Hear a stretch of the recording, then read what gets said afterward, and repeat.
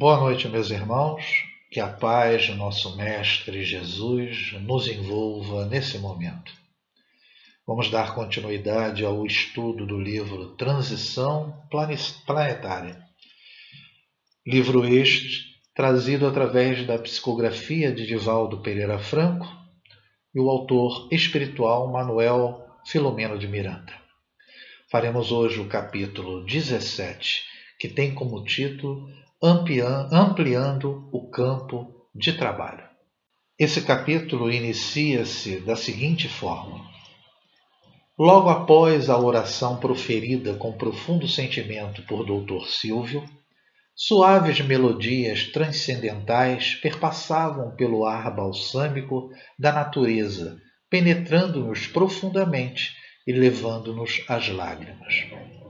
A noite tornara-se um cenário de incomum beleza e o parque, arborizado e florido, no qual nos encontrávamos no planeta querido, recebera peregrina luz que descia sobre nós, envolvendo-nos e criando um clima psíquico dos mais saudáveis.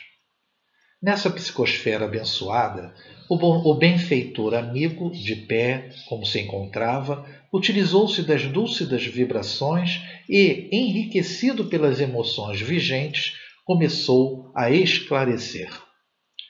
Queridos irmãos, Jesus permanece o sublime amigo e mentor, nosso guia e modelo desde os primórdios, conduzindo-nos pelo rumo da felicidade e edificando o reino de Deus no âmago dos nossos corações. Nada obstante, a cada um de nós cabe a definição dos roteiros a seguir. Eu destaquei esse pequeno trecho, a cada um de nós cabe a definição dos roteiros a seguir, porque isso representa a utilização do nosso livre-arbítrio. Dr. Silvio, ele nos diz aqui que Jesus, ele permanece nos auxiliando e que trouxe-nos a todos nós o quê? Os seus ensinamentos edificantes que nos traçam uma caminhada segura dentro do nosso grande objetivo a ser atingido, que é a nossa progressão espiritual. Porém, cada qual decide tomar as rédeas da sua trajetória, seguindo ora por caminhos tortuosos ou não. É a liberdade de escolha que possuímos. Ele continua aqui e ele vai descrever vários comportamentos que nós decidimos realizar durante a nossa caminhada, comportamentos diante da vida. Ele nos diz: há aqueles que preferem as estradas floridas pela magia da ilusão, que logo fenecem ao toque da realidade, demonstrando a sua fragilidade. Muitos outros optam pelo desencanto em razão de alguns naturais insucessos e descem ao fosso do desânimo, entregando-se à inutilidade e às queixas com que envilecem a existência. Outros mais entusiasmam-se no início das experiências para logo abandoná-las, assim que defrontam os desafios e as dificuldades. Por fim, alguns permanecem devotados, trabalhando o leito por onde seguem, retirando os calhaus, melhorando o curso, de modo a torná-los mais fáceis de vencidos por aqueles que seguem na retaguarda. Então nós observamos nesse pequeno trecho que ele nos relata comportamentos que muitos de nós têm diante da vida. Isso nos remete, na verdade, à parábola do semeador, que faremos uma pequena reflexão nesse momento. E Jesus nos disse: certo homem saiu para semear. Enquanto semeava, uma parte das sementes caiu à beira do caminho, e os pássaros vieram e as comeram. Outra parte caiu no meio de pedras, onde havia pouca terra. Essas sementes brotaram depressa, pois a terra não era funda. Mas, quando o sol apareceu, elas secaram, pois não tinham raízes. Outra parte das sementes caiu no meio de espinhos, os quais cresceram e as sufocaram. Uma outra parte ainda caiu em terra boa e deu frutos, produzindo 30, 60 e até mesmo 100 vezes mais do que tinha sido plantado. Quem pode ouvir, ouça. Então nós vamos fazer um paralelo dessa parábola do semeador com o que Dr. Silvio nos disse. Ele nos colocou inicialmente um primeiro comportamento: os iludidos. Ele nos fala da ilusão e no trecho ele nos diz: há aqueles que preferem as estradas floridas pela magia da ilusão. A ilusão da matéria, a ilusão dos prazeres materiais.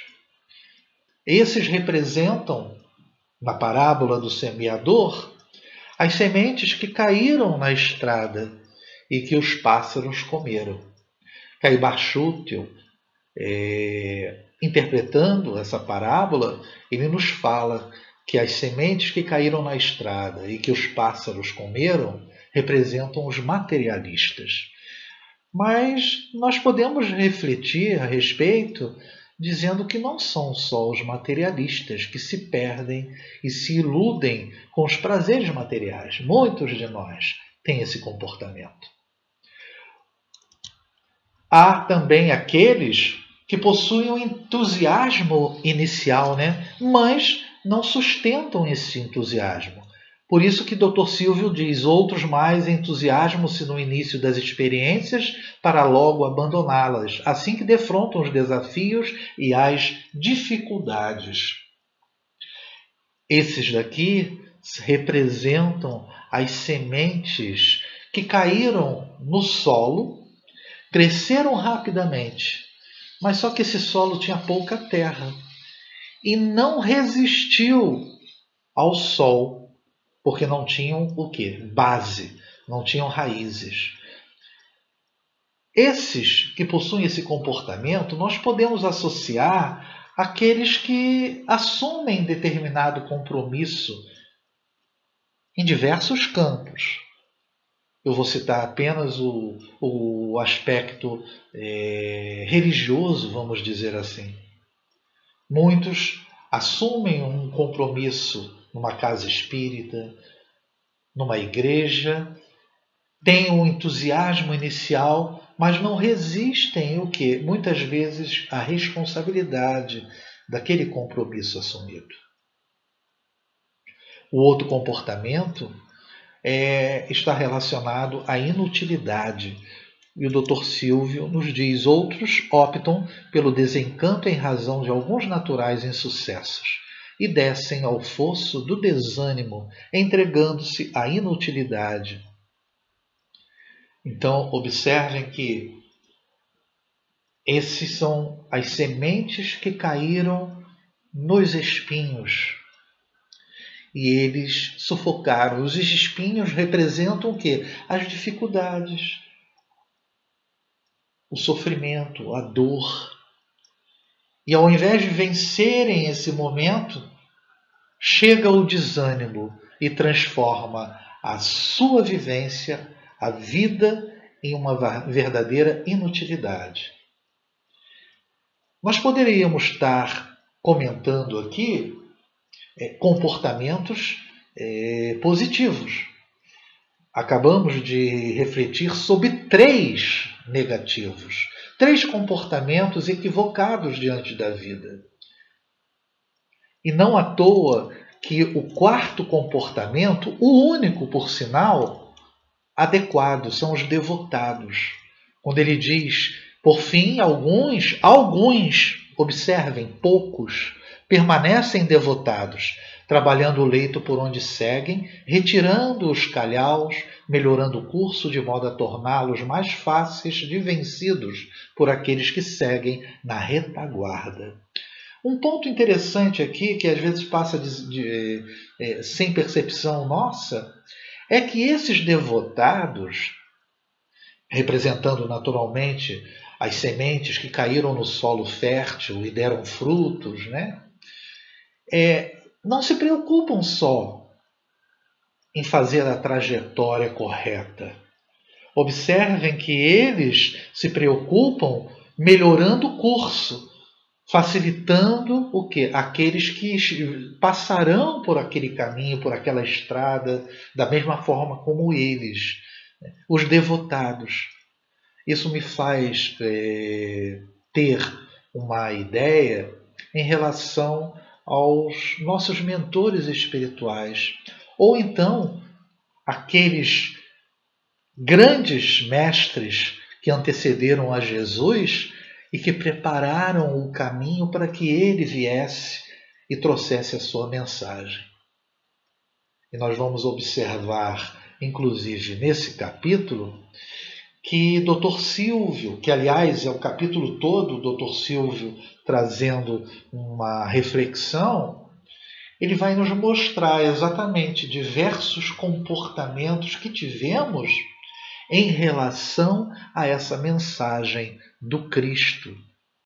Continuando a leitura. A inevitável lei da evolução manifesta-se inexorável, utilizando-se, no entanto, dos recursos de cada viandante que elege o que lhe parece melhor na convicção ou não dos resultados que alcançará.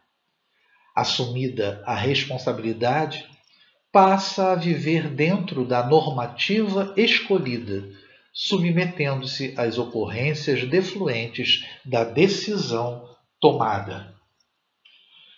Mais uma vez aqui, assumimos a responsabilidade dos roteiros que seguimos. E o ponto importante, essa lei de evolução, a lei de progresso, ninguém consegue impedir, ela é inexorável. Mas ao ponto que eu frisei ali e destaquei é que, utilizando-se, no entanto, dos recursos de cada viandante, somos nós, que elege o que lhe parece melhor na convicção ou não dos resultados que alcançará. Então nós tomamos determinadas decisões, escolhemos determinados roteiros, mas não temos muita certeza e convicção se aquilo é o correto.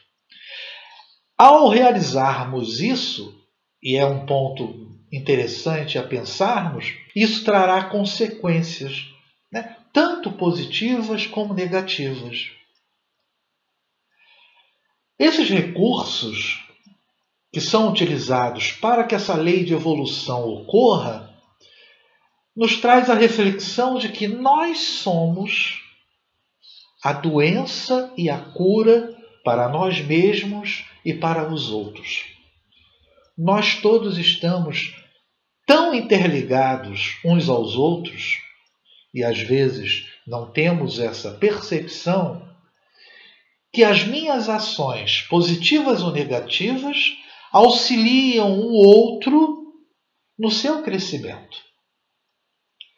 Não comentamos sempre que a dor, quando bem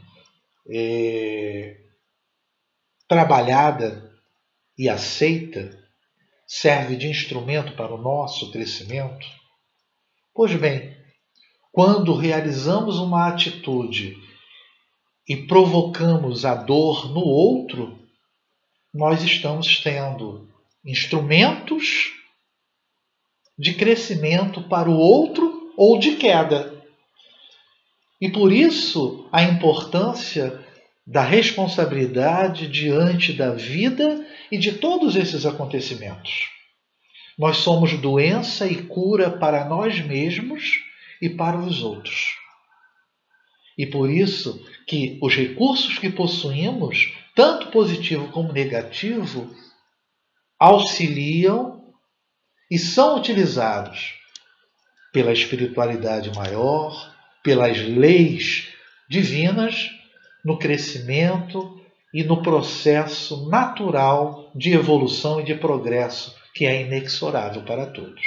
Continuando a leitura.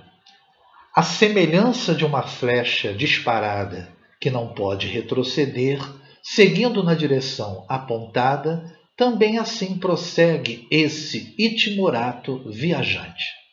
Apesar disso, de acordo com o alvo que busca, poderá renovar os futuros disparos alterando a rota, em razão da descoberta de algum engano ocorrido no primeiro tentame. A existência terrena, portanto, é multimilionária em oportunidades que sempre favorecem os seus membros, tendo em vista as suas opções. Então, o destaque aqui é que a reencarnação é essa possibilidade de renovação que nós temos. Nós podemos renovar os futuros disparos alterando a nossa caminhada, alterando a nossa decisão em relação a diversos aspectos. Podemos mudar o nosso roteiro. E é importante também a gente frisar que não é só essa mudança, ela não só ocorre numa encarnação posterior. Nós podemos mudar o nosso roteiro desde já, diminuindo os nossos débitos no futuro. Isso é importantíssimo a gente destacar. Continuando. Todos têm o direito de errar, de forma a poder corrigir e alcançar posteriormente o desejado.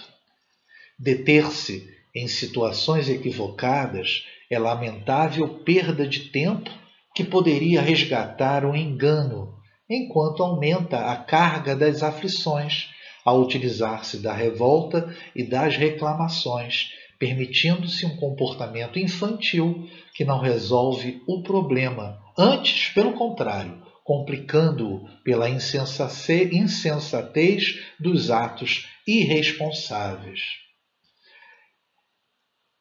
É algo importante dito aqui, porque o erro não pode impedir, influenciar tanto e fazer com que nós estagnemos diante do problema ou daquilo que observamos que erramos. A vida, ela é dinâmica. Nós não podemos nos dar ao luxo de simplesmente decidir e desistir de tudo, porque cometemos um determinado erro, porque nos influenciamos com aquela decisão negativa e nos entregamos ao desengano, nos entregamos à inutilidade. Não. Isso só aumenta o nosso problema para o futuro. E pior ainda, quando nos revoltamos e reclamamos diante do ocorrido. E que, de um modo geral, somos os causadores do erro, do problema. Eu trouxe para todos nesse momento uma reflexão do livro Material de Construção, pelo Espírito Emmanuel. Até o título do livro é interessante, né? Material de construção para a nossa vida, construção para a nossa caminhada. E no trechinho aqui da mensagem, aprender e recomeçar. E nos diz Emmanuel: dizes que não tens condição para as obras da fé porque erraste. Erraste e sofreste. Sofreste e temes a crítica. É possível que ainda lutes contigo mesmo. Entretanto, não recuses o convite do bem que te chama a servir. Esquece-te e caminha. O trabalho em auxílio aos outros te fará profunda e bela renovação. A bênção do Senhor te sustentará. Se não crês no amparo do alto, observa a lição do sol. O astro do dia, vestido em luz pura e imensa, está sempre reiniciando o próprio trabalho em cada hemisfério da Terra. Pensemos nisso e aprende a recomeçar. O que o Dr. Silvio nos colocou? Exatamente, que nós não podemos deixar de recomeçar. Errou, levante-se e recomece. E o Dr. Silvio continua nos dizendo algo importante. Ele diz: ninguém pode deter a marcha do progresso, que objetiva a fatalidade da plenitude a todos reservada pelo amor de Deus. Vejam, eu posso estagnar, nos é colocado pela espiritualidade no Livro dos Espíritos, mas não há retrocesso.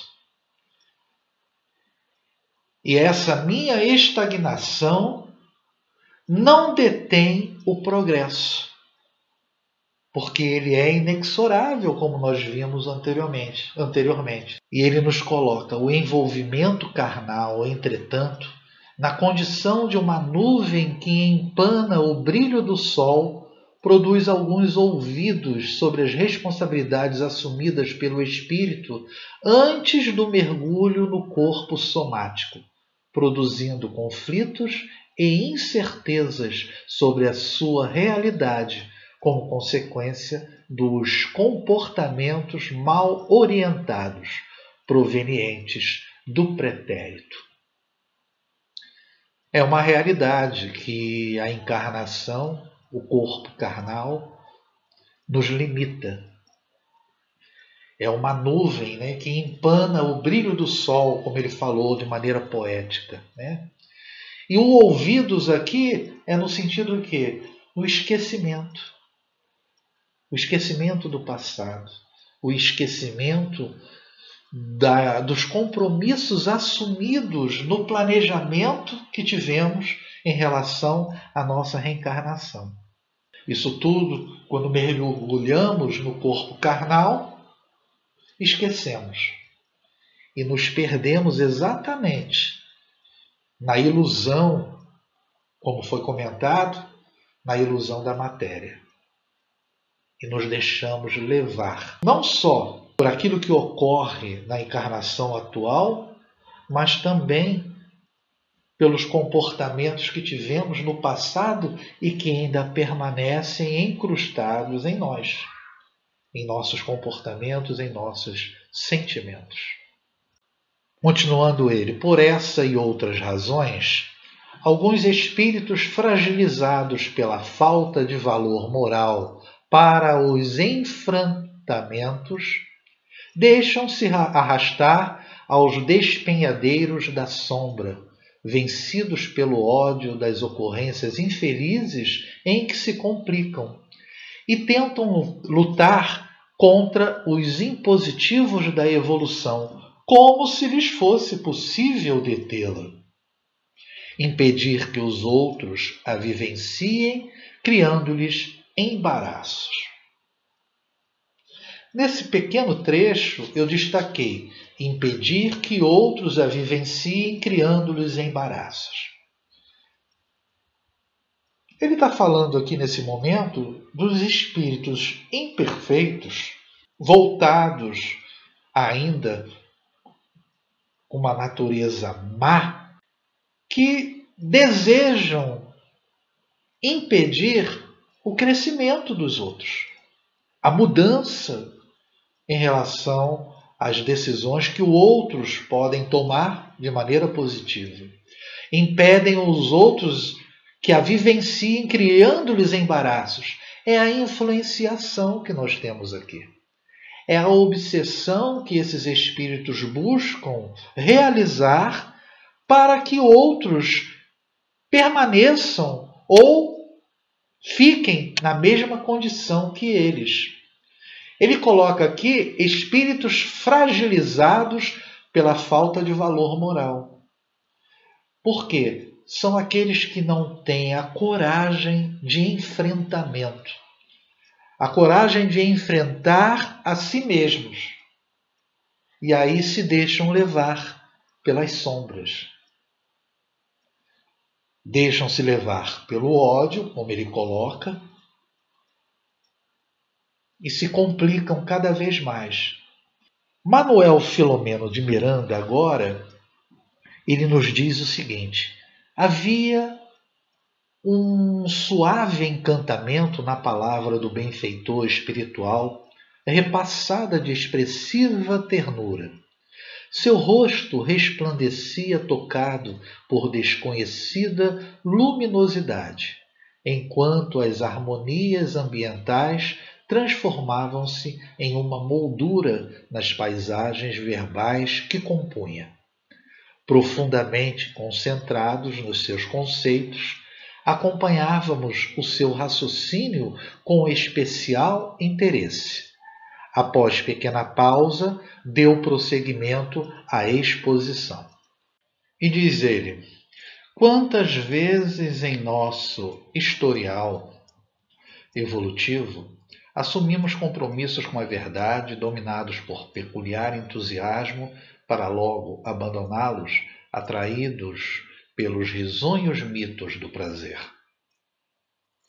Acreditando em nossa permanência indefinida no corpo físico, sem nos darmos conta conscientemente da presença das enfermidades da desencarnação, usamo-lo para o desgaste através das sensações, intoxicando-o, mediante as emoções desordenadas e a chuva ácida dos conflitos de consciência, acoimados pela culpa e pelo remorso, que procurávamos dissimular, complicando a oportunidade, infelicitando-nos. Então, meus irmãos, observem aqui que a utilização do corpo com o intuito meramente das sensações do prazer, e essa é a grande armadilha que enfrentamos quando nos imbuímos e assumimos um novo corpo, uma nova encarnação, através da busca desenfreada das sensações, dos prazeres, de um modo geral, dos vícios, nós provocamos em nosso corpo o desgaste.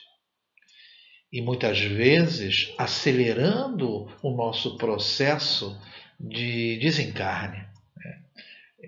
Muitas vezes isso é considerado como um suicídio indireto, em função exatamente dessa má conduta, desse comportamento exagerado e ilusório em relação aos prazeres.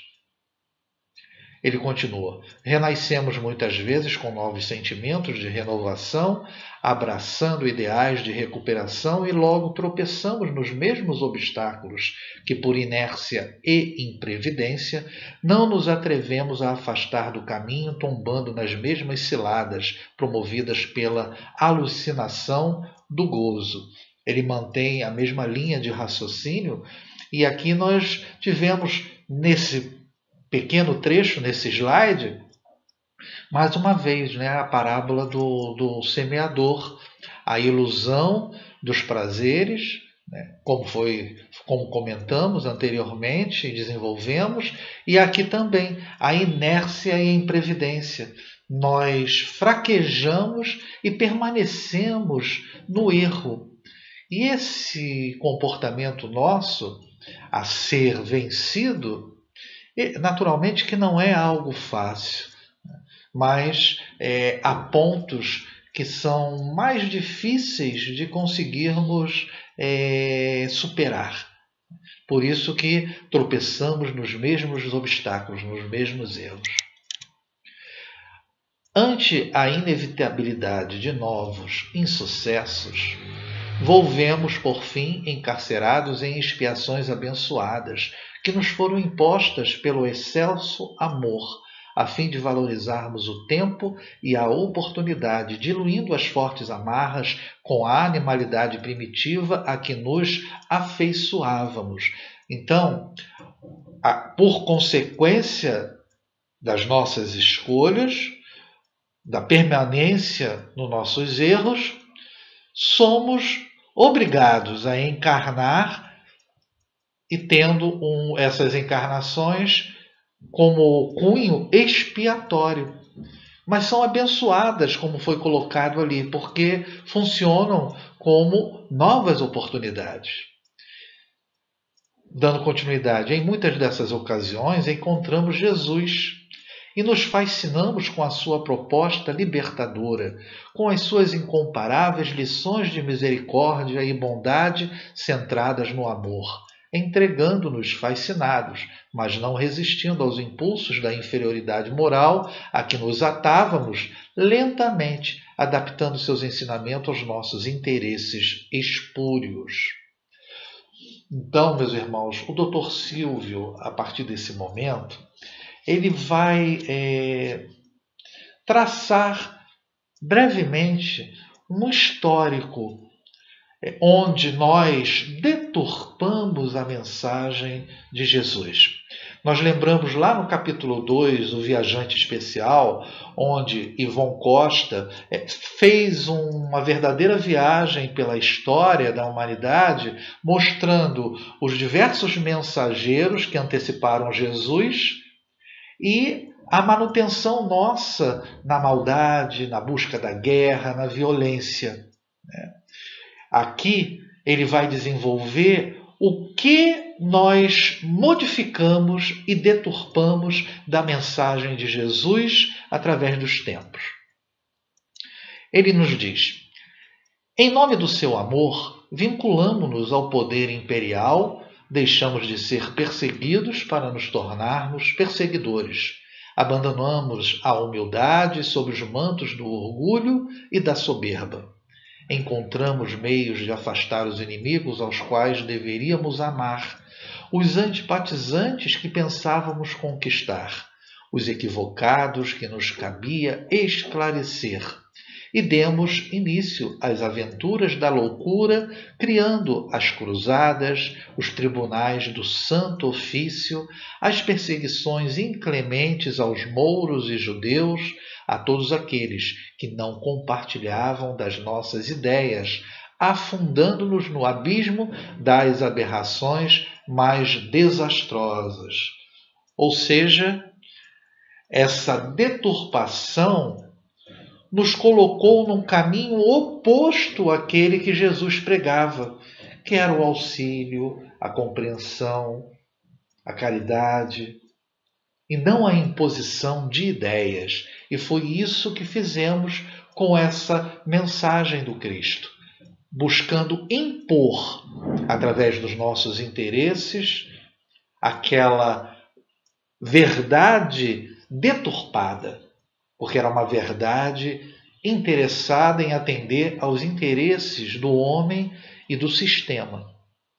Ele continua: combinamos essas arbitrariedades em nome do mártir da cruz com a venda das indulgências, liberando todos os criminosos dos seus hediondos comportamentos através do vil metal que deveria ser enviado a Roma para a construção da Basílica de São Pedro e para os tesouros vaticanos exauridos com as guerras promovidas anteriormente pelo Papa Júlio II, que viveu mais sentado na sela do cavalo do que no trono falsamente denominado de São Pedro.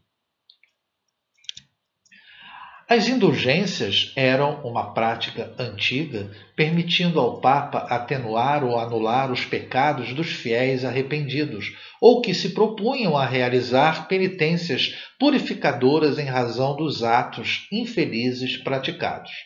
Nada obstante, o Papa Leão X as tornou oficiais através de documentos que liberavam quaisquer pecadores dos seus mais hediondos crimes mediante o pagamento do valor adrede estabelecido para esse fim. Chegava-se, por exemplo, a afirmar: Assim que uma moeda tilinta no cofre, uma alma sai do purgatório. Em terrível e ambicioso desrespeito aos códigos da dignidade cristã preconizada e vivida por Jesus.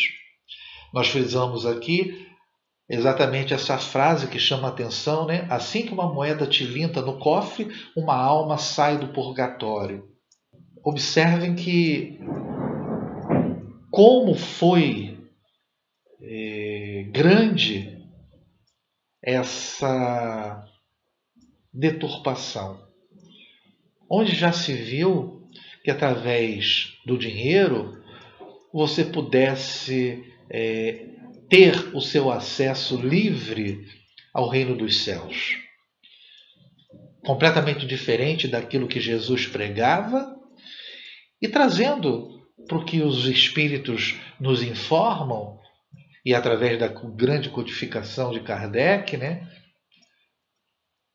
que a responsabilidade nossa é de modificar os nossos comportamentos equivocados e, através do nosso esforço, buscar a transformação.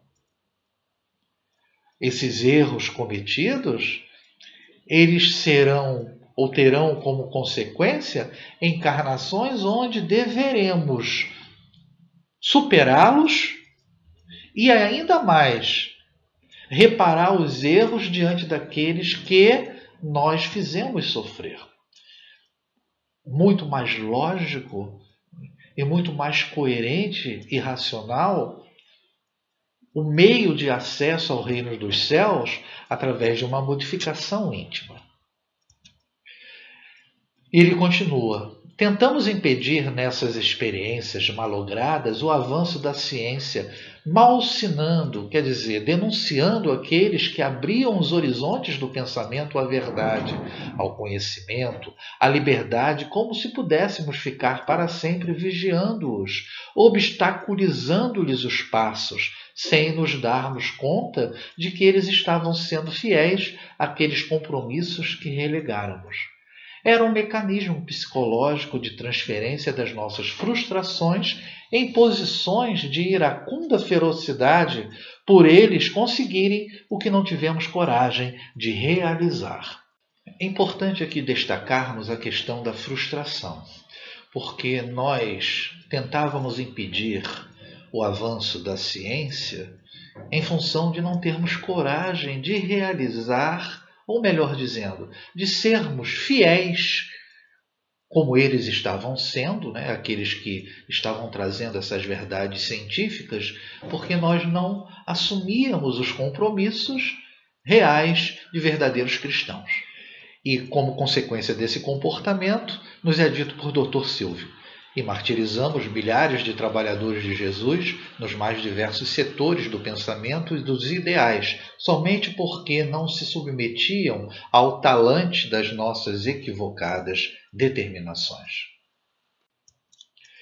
Na Península Ibérica, por exemplo, seguindo os exemplos terríveis de outros países, em nome da hegemonia católica e da fidelidade ao Papa, utilizamos-nos de recursos ignóbeis para permanecermos em domínio político, religioso e cultural da sociedade, expulsando das formosas terras aqueles que chamávamos de hereges, somente porque não aceitavam o nosso Jesus. Naturalmente, não o aceitavam em razão dos nossos exemplos de anticristianismo, de perversidade e de presunção que nos vestimos para representá-lo, quando ele se deixou dominar pelo amor, pela compaixão, pela misericórdia, pelo perdão. Nesse momento, a reflexão ela se dá da seguinte forma: o nosso comportamento diante daqueles que não atendiam não aceitavam as nossas ideias, teve como consequência natural justamente o quê? O anticristianismo. Muitos se tornaram descrentes de um Deus que, dentro daquilo que entendemos como amoroso e bom, não poderia aceitar estar de acordo com aquelas normas, com aqueles dogmas, né? Então, os dogmas que foram impostos, os dogmas que não tinham lógica diante das leis divinas, foram instrumentos de afastamento de muitos do aspecto religioso. E ele continua: longe se vão na escala do tempo essas loucuras cujos efeitos ainda permanecem em nossa memória e em nossos atos. Ressumam com frequência aquelas manifestações de ferocidade quando contrariados, de repúdio quando não aceitos, de ressentimento por falta da sua afeição. E acreditamos ainda, infelizmente, ser esse o melhor comportamento. A vida, porém, escreve nas consciências, em representação da consciência cósmica, a verdade inapelável das divinas leis, e ninguém existe que se possa evadir da sua interna presença. Eis porque estamos colhendo a semeadura conforme a realizamos. Aqui ele explica, de certa forma, o porquê do momento tão difícil de transição do planeta, em consequência exatamente dessas atitudes equivocadas, da busca desenfreada, pelos prazeres, pela ganância, pelos interesses pessoais. E isso fica gravado em nossas consciências. E as nossas consciências é uma representação da consciência cósmica. Por isso que vem o remorso, vem o receio, vem o medo das consequências. Vem o medo de uma vida futura e das consequências do que realizamos aqui. Neste grave momento das transformações planetárias e humanas, observamos a grande luta entre as forças do bem e aquelas que se autodenominam do mal, cada qual utilizando os recursos que lhe caracterizam as definições. Enquanto o amor utiliza da paciência que educa, da instrução que esclarece, do trabalho que dignifica, da renúncia às paixões venenosas que envilecem, o ódio, filho do despeito e da amargura, semeia a cólera, estimula a devassidão, amplia a área da violência em vãs tentativas de receber respostas agressivas. Os desafiadores da iniquidade investem sem relutância contra todos quantos se afeiçoam ao dever e à edificação do progresso, procurando vencê-los sem qualquer sentimento de respeito pelo direito de viverem as suas opções elegidas. Então, aqui ele esclarece essa verdadeira luta entre o bem e o mal representado por aqueles espíritos imperfeitos, de natureza má, que buscam modificar e tirar do rumo aqueles que têm em si o desejo de modificação ou o desejo de seguir o roteiro correto do bem e da caridade. Ele continua: não nos fazem recordar os comportamentos cavilosos a que nos entregamos no passado. É compreensível, portanto, que sejamos alvos que desejam atingir em razão do mal que lhes fizemos, quando tivemos ensejo de ajudá-los a sair das deploráveis situações em que se demoravam. Os seus sentimentos inamistosos defluem dos ressentimentos que mantêm desde aqueles já recuados tempos, embora ainda vivos nas carnes das suas almas, que anelam pelo desforço e paz, que não têm ideia sequer, pensando que ela virá após atenderem à sede de vingança a que se entregam. Manuel de Filomeno de Miranda nos diz rapidamente: novamente fez um silêncio rápido e oportuno, dando-nos ensejo de acompanhar os seus raciocínios ricos de informações, dando curso à tese que nos fascinava. E continuando o doutor Silvio nos diz: recordamo-nos das informações históricas, asseverando que Cristóvão Colombo conseguiu o auxílio da corte espanhola quando os reis católicos, Dona Isabel I de Castela e Dom Fernando II de Aragão, se encontravam felizes por haverem expulso da Espanha os mouros que lhes tomaram parte do país no passado. Desde o século VII que se ensaiava o que ficou denominado como a Reconquista, graças à qual cristãos e muçulmanos se entregavam a guerras perversas e contínuas. No fim do século XV, porém, em 1492, as lutas sangrentas travadas, especialmente em Córdoba e Granada, últimos bastiões dos invasores, raiaram pela crueldade dos vencedores.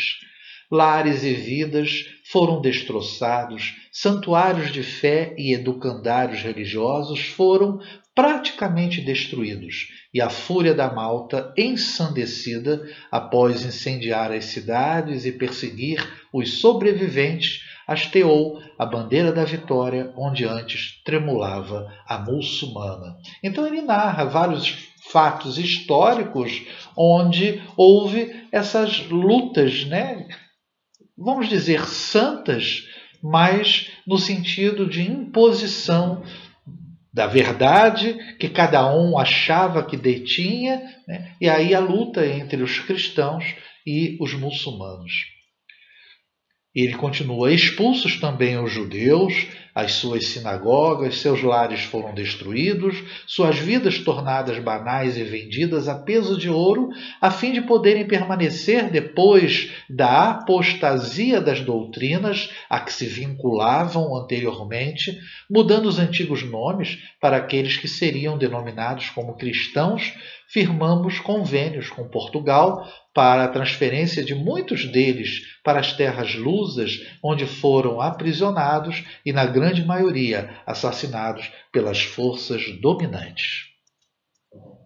Nesse letal período, instalou-se a Inquisição Espanhola, e a noite medieval, que se supunha haver desaparecido, prolongou as suas trevas pelos séculos seguintes em aberrações inimagináveis.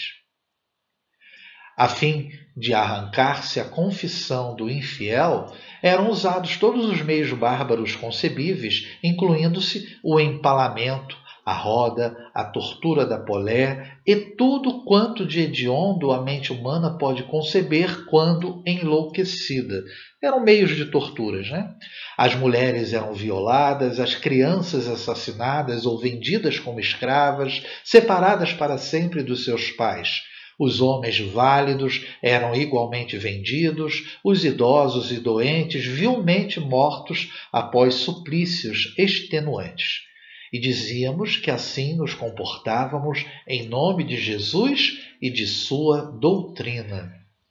Manuel Filomeno de Miranda nos diz agora: subitamente, num pequeno intervalo entre uma e outra frase, vimos lágrimas nos olhos do mentor e percebemos-lhes a voz embargada pela emoção, o que ampliou a nossa sensibilidade.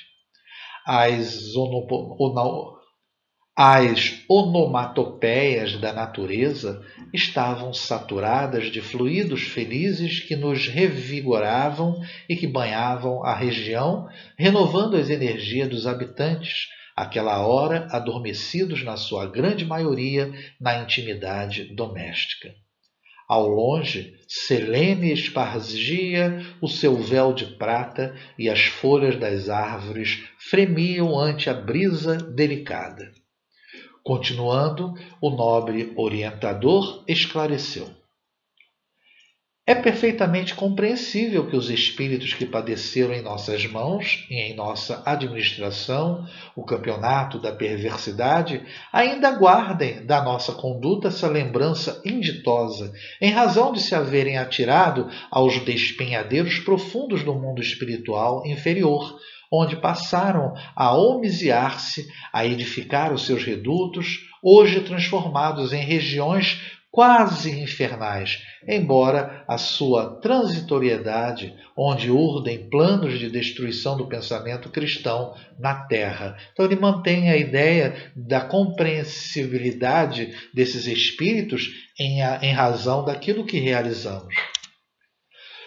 Se observarmos com cuidado, notaremos a degenerescência da mensagem do Senhor, mesmo nos dias atuais, quando as seitas e igrejas que se multiplicam ferozmente, cada qual pretendendo a primazia do conhecimento e a dominação da verdade, transformam o dízimo no que oportunamente foram as indulgências. Então aqui ele vai trazer para os tempos atuais, comparativamente, os mesmos comportamentos equivocados. A ideia errada de achar-se com a verdade absoluta, cada segmento religioso. Recursos de mercado materialista são utilizados para atrair fregueses desatentos e ambiciosos que desejam comprar o reino sem que operem a íntima transformação de conduta para melhor. Amplia-se a área das licenças morais que são concedidas a inúmeras denominações religiosas ditas modernas para estarem de acordo com a vulgaridade destes dias. A Igreja Católica Apostólica Romana sofre o desvario da pedofilia de alguns de seus membros, sacerdotes e prelados, vivendo uma conjuntura muito aflitiva, além do poder temporal de que desfruta há mais de 17 séculos. Então ele narra exatamente essa deturpação, o quanto a Igreja, de um modo geral, aqui ele cita a Igreja Católica, mas nós observamos que esse comportamento, ele fala sobre a pedofilia, isso está inserido em diversos grupos religiosos. Isso tem a ver não com a religião em si, mas com o movimento religioso que é feito por homens. Nós, para refletir um pouco mais sobre, aproveitando do título do livro, sobre a agonia das religiões, esse livro trazido por José Herculano Pires, ele nos diz, eu peguei 3 trechinhos aqui, o seguinte: o poder das religiões não é mais religioso, mas simplesmente econômico, político e social. Foi esse caminho que foi traçado por aqueles que tiveram em determinada posição nessas religiões e na condução desses segmentos. Ele nos diz: quando um sistema institucional esvazia-se no tempo, quer dizer, ele vai se fragilizando, ele vai se deturpando, tragado na voragem das mudanças culturais, os aproveitadores invadem os domínios abandonados e socorrem a seu modo os órfãos em desespero. Vejam, meus irmãos, há um aproveitamento da dor do próximo. A fragilidade que as pessoas se encontram em momentos tão difíceis de suas vidas, esses são exatamente as vítimas desses aproveitadores que se encontram em determinadas posições nesses segmentos. E encerrando algo que já me utilizei em outras oportunidades, mas é muito importante, o ponto crucial do problema religioso chama-se hipocrisia. E a hipocrisia resulta das atitudes egoístas, da falta de compreensão do verdadeiro sentido da religião, que é caminho e não ponto de chegada da espiritualização do homem. Os religiosos que pretendem atingir a santidade do dia para a noite, que se revestem de pureza exterior, encobrindo a podridão interior, são os hipócritas condenados veemente no Evangelho. Nós observamos aqui, importante, a religião é o caminho e não exatamente o ponto de chegada da espiritualização do homem. Porque o que importa não é o segmento religioso que você aceita e assume, mas é aquilo que você faz do seu comportamento e dos seus pensamentos. Pode uma pessoa não ter uma religião e ter um comportamento religioso e espiritualizar-se. Esse é o grande ponto. E ele continua: e os discípulos do Consolador, como se vêm comportando? Agora ele vai falar sobre os equívocos do movimento espírita, mais uma vez dizendo, feito pelos homens na condução da doutrina. Não existem já as diferenças gritantes em separatismos lamentáveis através de correntes que se fazem adeptas de X, Y ou Z em detrimento da codificação kardeciana, na qual todos aurimos o conhecimento libertador? Não surgem diariamente médiuns equivocados, agressivos, presunçosos, vingativos, perseguidores, insensatos, pretendendo a supremacia em total ouvido das lições do excelente médium de Deus, quer dizer, Jesus, o esquecimento das lições de Jesus? Isso é comportamento de um cristão? O equívoco, a agressão, a presunção, a vingança, a perseguição?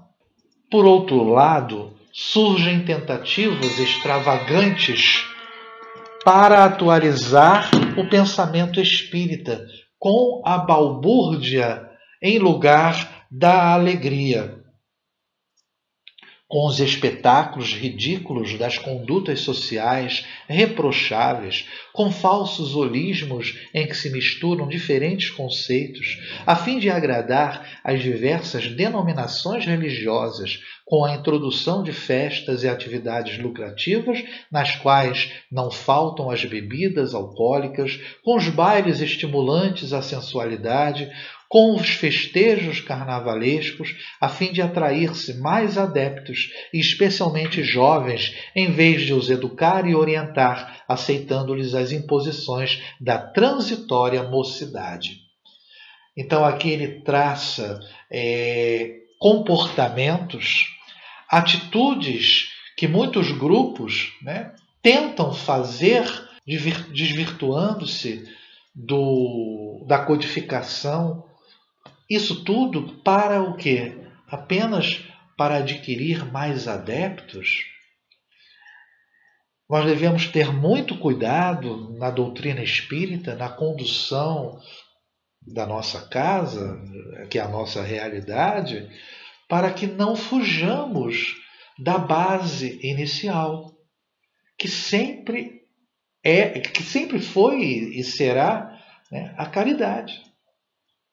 Como já comentei anteriormente, você auxilia e instrui. E a busca por novas atualizações, temos que ter cuidado.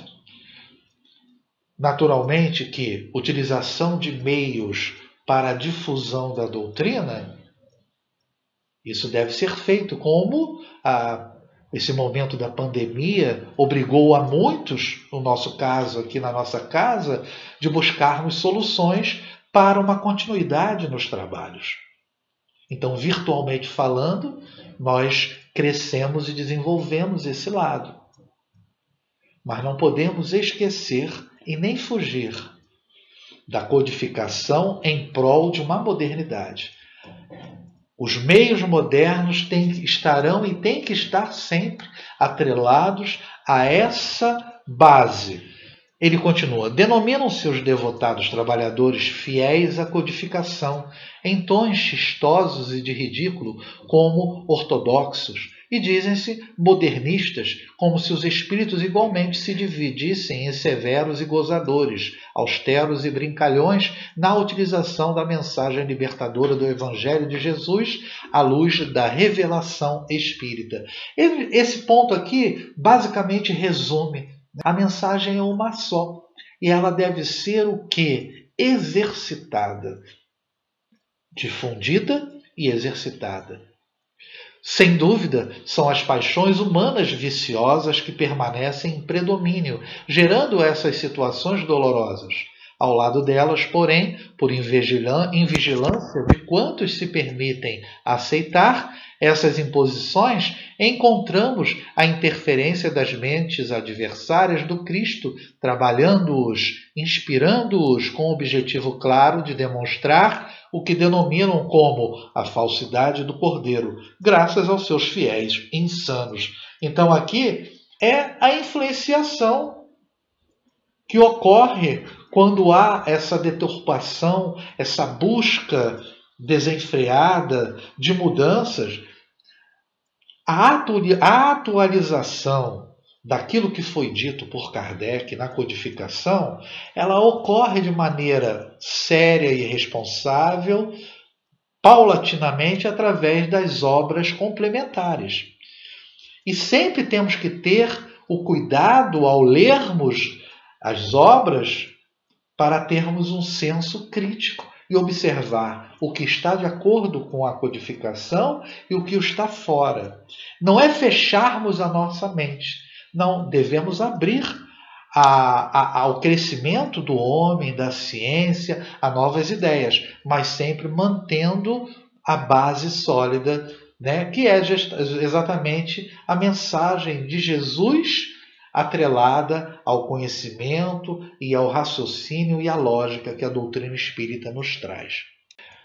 Desse modo, a obsessão campeia em muitos arraiais religiosos, não excluindo a seara espírita, infelizmente na qual se encontram alguns espíritos estúrdios e ignorantes, desejando a projeção do ego, assim como fruir uma situação de relevo, conseguir a libertação dos conflitos pela exaltação da personalidade.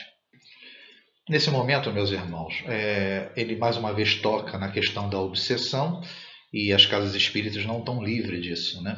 E aqui podemos observar por dois lados. Primeiro, pelos médiuns, que são mistificados, e isso é favorecido pela característica de manterem a questão do orgulho e da vaidade, né? E ele coloca ali a exaltação da personalidade.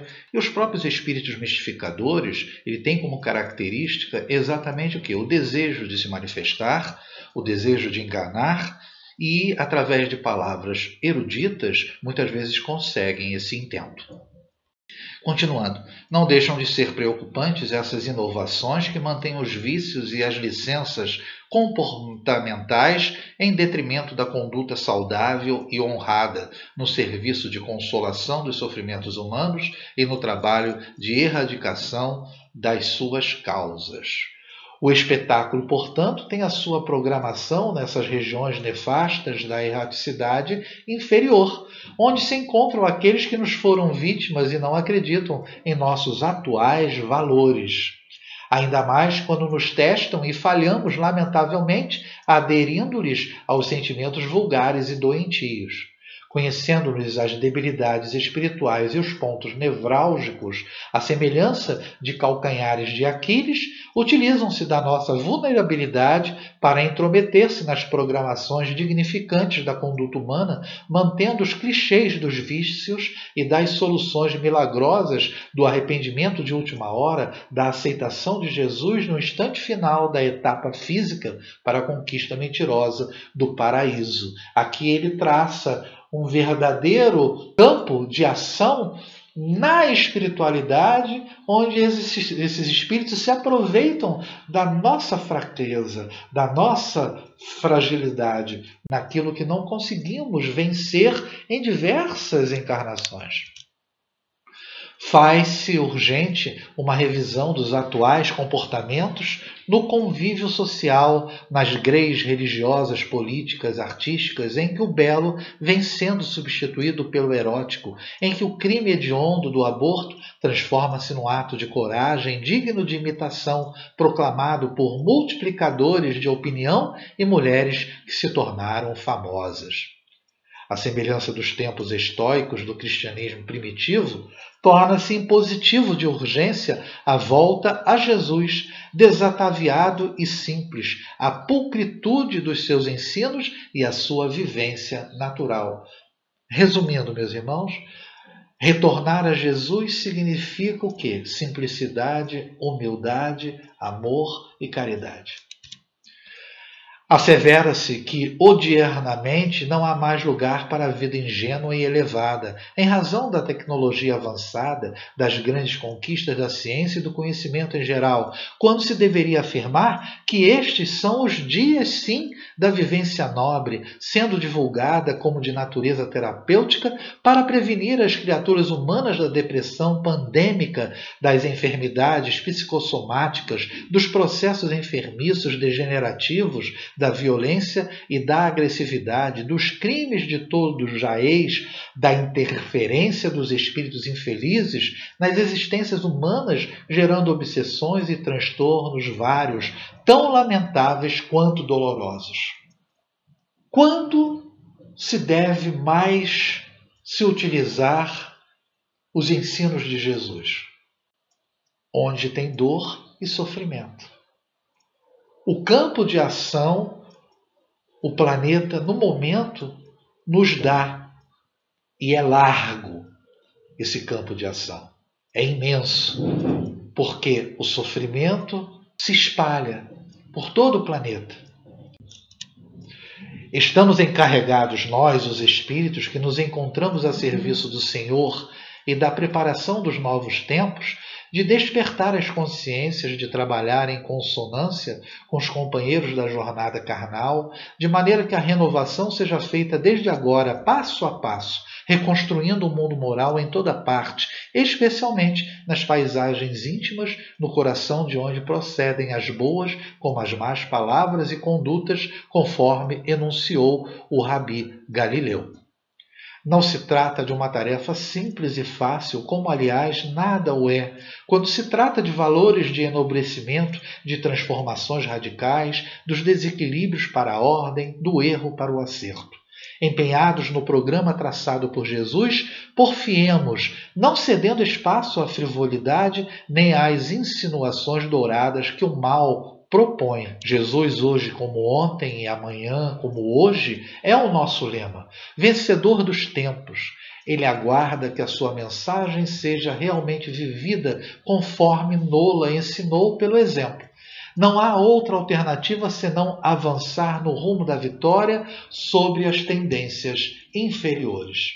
Ele encerra a sua fala, afirmando o quê? Jesus venceu tudo. E Jesus, como sendo o grande exemplo, sempre nos demonstrou o quê? É possível.